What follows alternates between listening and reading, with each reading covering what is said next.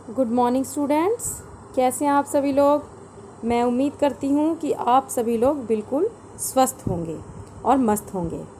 तो आज हम सोशल साइंस की वर्कशीट 6 करेंगे, ठीक है। और आपको पता है कि वर्कशीट 5 और वर्कशीट 4 जो है उसमें हम भारत के भौतिक स्वरूप पर चर्चा कर रहे थे।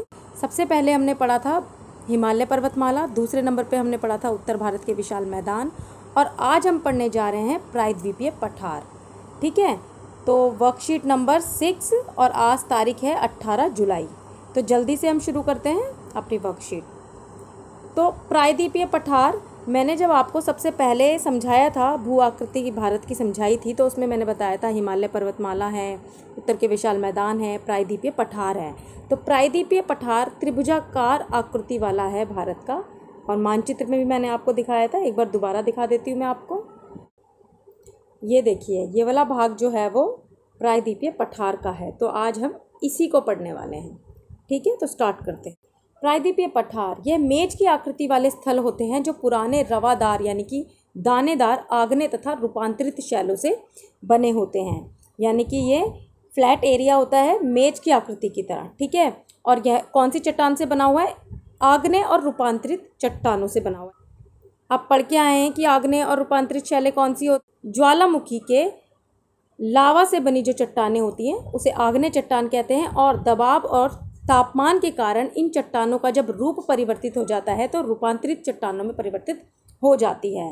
तो प्रायद्वीपीय पठार का जो निर्माण है वो आग्नेय और रूपांतरित शैलों से बना है। ये धरती के प्राचीनतम भूभाग का हिस्सा है।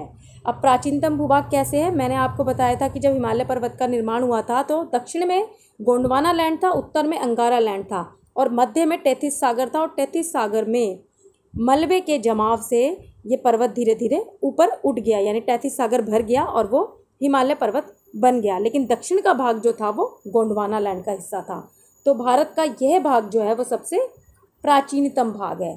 यहाँ पर चौड़ी तथा छिछली घाटियाँ एवं गोलाकार पहाड़ियाँ मिलती है।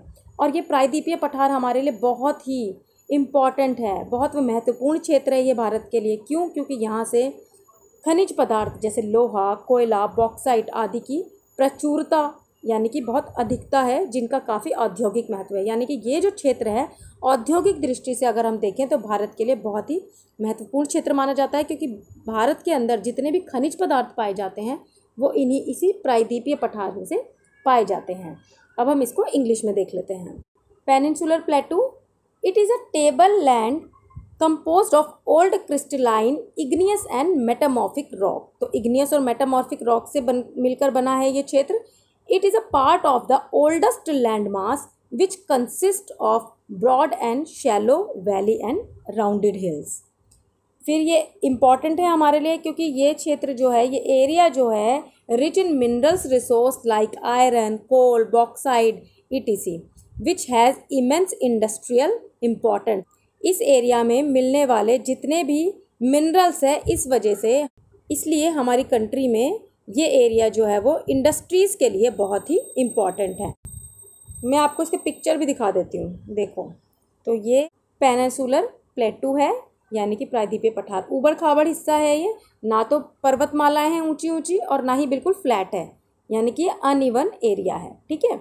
तो अब हम आगे बढ़ते हैं। इसके दो मुख्य भाग हैं, यानी कि इसको 2 कैटेगरीज में डिवाइड किया हुआ है। पहला है मध्य उच्च भूमि, सेंट्रल हाईलैंड इसको कहते हैं इंग्लिश में, और सेकंड है दक्कन का पठार, यानी कि डेक्कन प्लेटो इसको कहते हैं। तो जल्दी से हम पढ़ लेते हैं। पहले पढ़ेंगे मध्य उच्च भूमि। मैं आपको मैप में भी साथ साथ इसको दिखाती जाऊँगी। तो मध्य उच्च भूमि जो है वो नर्मदा नदी के उत्तर में स्थित है, यानी कि ये है रिवर नर्मदा, और इसके नॉर्थ साइड में स्थित है। अधिकांश भाग मालवा के पठार पर फैला है। ये देखिए, ये मालवा का पठार है। ये पश्चिम में चौड़ा है लेकिन पूर्व में संकीर्ण है, यानी कि यहाँ पर इसका पश्चिमी भाग जो है वो थोड़ा चौड़ा है और ईस्टर्न साइड में ये संकीर्ण है, कम चौड़ा है। पूर्वी विस्तार को स्थानीय रूप से बुंदेलखंड तथा बंघेलखंड के नाम से जाना जाता है। ये वाला एरिया जो है इसका बुंदेलखंड के नाम से जाना जाता है। और आगे बढ़कर ये हिस्सा छोटा नागपुर का पठार जो है उसको दर्शाता है। तो इस क्षेत्र में बहने वाली जो नदियां हैं वो हैं चंबल, बेतवा और केन, ठीक है। तो आपको समझ में आ गया होगा सेंट्रल हाईलैंड्स वाला पार्ट जो है। अब हम इसको इंग्लिश में पढ़ लेते हैं। Central highlands lies north of Narmada river, यानी कि नर्मदा रिवर के नॉर्थ का हिस्सा है। Wider in the west but narrower in the east, ठीक है। नेक्स्ट है the eastward extension of this plateau are locally known as Bundelkhand and Baghelkhand which further extend to Chota Nagpur प्लेटू in east. ये मैं आपको बता चुकी हूँ कि इसका ईस्ट साइड का जो एरिया है वो बुंदेलखंड के नाम से जाना जाता है, लोकल नेम है ये इसका। और इसके आगे अगर हम इसको एक्सटेंड करेंगे तो ये छोटा नागपुर प्लेटो भी इसके ईस्ट में आ जाता है। तो ये सेंट्रल हाईलैंड्स ही टोटली माना जाता है। इंपॉर्टेंट रिवर जो है वो यहाँ से निकलती हैं। Important rivers draining this area Chambal, the Betwa, the Ken and the Damodar. तो ये यहाँ की मेन रिवर है। अब हम पढ़ लेते हैं द डेक्कन प्लेटो, ठीक है। It is higher in the west and slopes gently eastward. ये जो है वेस्ट साइड में ऊंचा है थोड़ा सा और इसका स्लोप जो है वो ईस्टवर्ड में है। The black soil area found here, यानी कि ये एरिया जो है वो ब्लैक सॉयल यहाँ पे मिलती है। नोन एज डेक्कन ट्रैप, ठीक है, इसको डेक्कन ट्रैप भी कहा जाता है। Has volcanic origin and is most suitable for growing cotton, यानी कि ये जो डेक्कन ट्रैप का एरिया है यहाँ पे क्या है, एक तो ब्लैक सॉयल पाई जाती है और ये ज्वालामुखी जो है, ज्वालामुखी से निर्मित लावा जो है उसकी मिट्टी से ये बना हुआ है। तो ब्लैक सॉयल है, तो ब्लैक सॉयल सबसे ज़्यादा कॉटन ग्रोइंग एरिया है ये, क्योंकि ब्लैक सॉयल में कॉटन सबसे ज़्यादा उगती है। It has a triangular land mass that lies to the south of the river Narmada whose base is Satpura ranges in the north and flanked by eastern Ghats and western Ghat. ये जो एरिया है ये triangular shape का है, ये देखो ट्रायंगुलर शेप है इसकी, और इसके साउथ में रिवर नर्मदा है और इसके बेस में सतपुड़ा रेंजेस हैं, ठीक है। और इसको भी 2 कैटेगरीज में डिवाइडेड किया है, ईस्टर्न घाट एंड वेस्टर्न घाट। यहाँ पे आप मैप में देख लीजिए, ईस्ट साइड में जो है वो ईस्टर्न घाट हो गया और वेस्ट साइड में जो है वो वेस्टर्न घाट हो गया, ठीक। अब हम इसको हिंदी में देखते हैं। तो हिंदी में हम सेंट्रल हाईलैंड यानी मध्य उच्चभूमि पढ़ चुके थे, अब दक्कन का पठार पढ़ लेते हैं। पश्चिम में ऊंचा एवं पूर्व की ओर कम ढाल वाला, यानी कि ऊंचाई जो है इसकी वो वेस्ट साइड में ज़्यादा है और ईस्ट साइड में इसकी ढाल जो है वो कम है। यहाँ पाई जाने वाली काली मिट्टी है जिसे डेक्कन ट्रैप कहा जाता है, अभी भी बताया मैंने। और ये ज्वालामुखी के निक्षेप से बनी है, यानी कि ज्वालामुखी के अंदर से जो मैग्मा निकलता है, मैग्मा जब बाहर आता है तो ये सतह पर जम जाता है और इसके जमने से यानी कि इसके निक्षेप से जो चट्टान बनती है, उस चट्टान के टूटने से काली मिट्टी बनती है। और ये काली मिट्टी जो है वो कपास की खेती के लिए बहुत ही महत्वपूर्ण होती है। नर्मदा नदी के दक्षिण में स्थित त्रिभुजाकार आकृति जिसका आधार उत्तर की ओर सतपुड़ा की श्रृंखला और पूर्वी तथा पश्चिमी सिरे पर पूर्वी घाट और पश्चिमी घाट है, यानी कि यह क्षेत्र जो है वो त्रिभुज के आकार की आकृति का है, ट्रायंगुलर शेप में है, ठीक है। और इसके आधार में उत्तर की ओर सतपुड़ा की श्रृंखला है, ये देखिए ये सतपुड़ा रेंजेस हैं, ये नर्मदा रिवर है। और फिर इसको भी फर्दर 2 कैटेगरीज में डिवाइड करके हम पढ़ सकते हैं, पूर्वी घाट तथा पश्चिमी घाट। अब हम पूर्वी घाट के बारे में पढ़ लेते हैं। ये देखिए मानचित्र में भी आप देख सकते हैं साथ साथ। पूर्वी घाट, इसकी ऊंचाई जो है वो एवरेज हाइट जो है वो 600 मीटर है और इसका विस्तार महानदी घाटी से दक्षिण में नीलगिरी तक है, यानी कि देखो ये रही महानदी और महानदी घाटी से लेकर नीलगिरी तक जो है ये पूर्वी घाट का क्षेत्र है। बंगाल की खाड़ी में गिरने वाली नदियाँ गोदावरी, कृष्णा, कावेरी के कटाव के कारण इसका विस्तार अनियमित है, यानी कि यहाँ पे जो रिवर्स हैं आती हैं वो कौन कौन सी है, गोदावरी, कृष्णा, कावेरी। अब इससे क्या होता है, ये नदियाँ बंगाल की खाड़ी में गिरती हैं और बंगाल की खाड़ी में गिरती हैं तो ये डेल्टा बनाती हैं, ठीक है। अब डेल्टा बनाती हैं यहाँ पे, तो डेल्टा बनाने के कारण ये जो पहाड़ी क्षेत्र है, इस पहाड़ी क्षेत्रों को इन नदियों ने काट दिया है।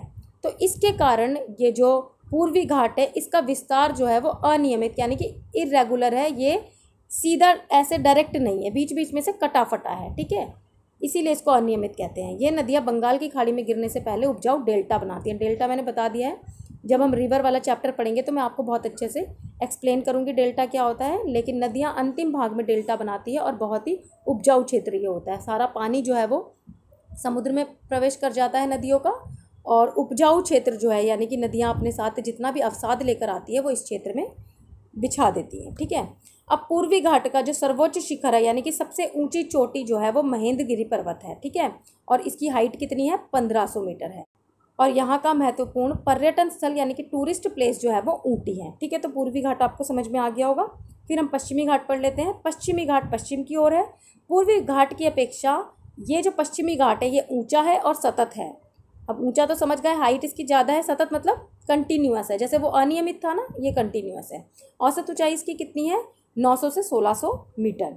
पश्चिमी घाट की जो नदियां हैं वो है नर्मदा, ताप्ती और शरावती।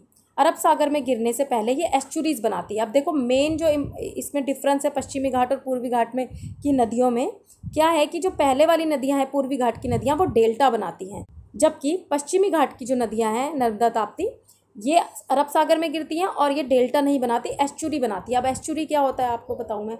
जो नदियाँ एस्चुरी बनाती हैं उनकी गति बहुत तेज़ होती है, वेग बहुत तेज होता है और ये तेज़ी से जो है समुद्र में प्रवेश कर जाती हैं और ये पीछे अपने अवसाद नहीं छोड़ती, यानी कि कोई भी निक्षेप इनके द्वारा नहीं छूटता और ये कई सारी धाराओं में भी नहीं बढ़ती, एक ही धारा में डायरेक्ट जो है वो समुद्र में मिल जाती है। तो इनके द्वारा उपजाऊ डेल्टा नहीं बनाया जाता, ठीक है, तो इसको एस्चुरी कहते हैं। अब क्या है, शरावती नदी पर भारत का सबसे ऊंचा जलप्रपात है जोग जलप्रपात। अब शरावती नदी कहाँ? पश्चिमी घाट की ओर बहती है और सबसे ऊंचा वाटरफॉल जो इंडिया का है वो है जोग, ठीक है।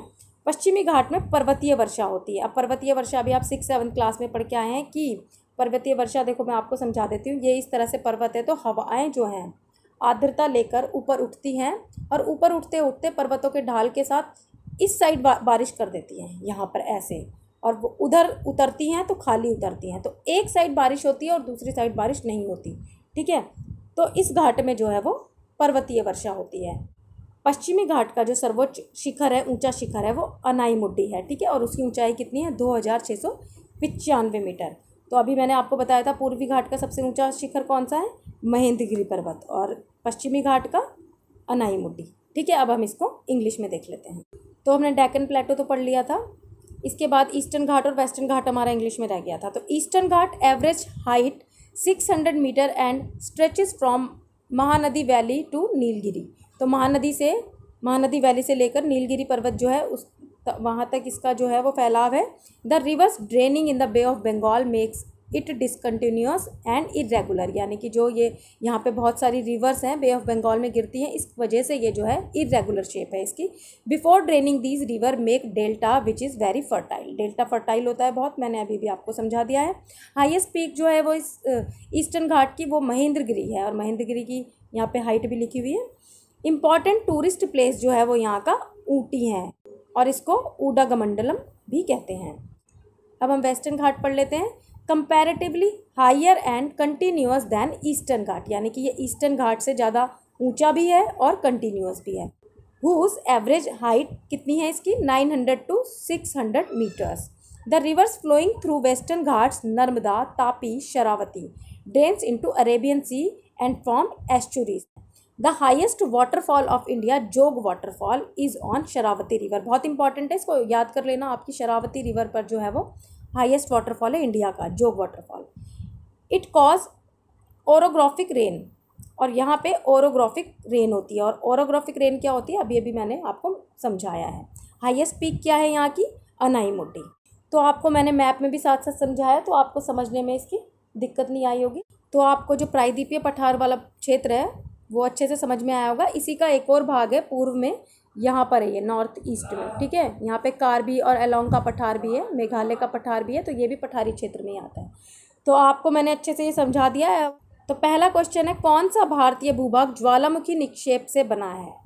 तो बताया था मैंने आपको ज्वालामुखी निक्षेप से कौन सा क्षेत्र बना हुआ है। यहाँ पे मैंने आपको बताया था ना, दक्कन ट्रैप भी इसको कहा जाता है। तो दक्कन का पठार जो है, डेक्कन प्लेटो जो है वह ज्वालामुखी निक्षेप से बना है। फिर सेकंड क्वेश्चन है, मध्य उच्च भूमि में बहने वाली 2 नदियों के नाम बताइए। तो मध्य उच्च भूमि हमने सबसे पहले पढ़ा था, सेंट्रल हाईलैंड, 2 नदियाँ चंबल, बेतवा, केन है, कोई सी भी 2 नदियाँ आप लिख सकते हैं। फिर है पूर्वी घाट का विस्तार पश्चिमी घाट की तरह सतत क्यों नहीं है? ये मैंने अभी आपको समझाया था कि जो पूर्वी घाट है वो कंटिन्यूअस नहीं है रिवर्स की वजह से। कौन कौन सी रिवर है, और मैंने आपको बताया था कि वो डेल्टा भी बनाती है। और पश्चिमी घाट जो है वो तो आपको मैंने अच्छे से समझाया है, बहुत अच्छे से आप इसका आंसर एक्सप्लेन कर सकते हैं।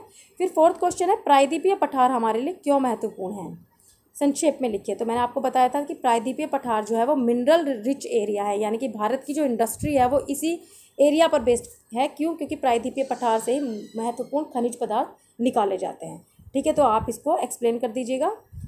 और कैसी लगी आपको वर्कशीट मुझे ज़रूर बताइएगा कमेंट बॉक्स में। अभी के लिए इतना ही, बाय।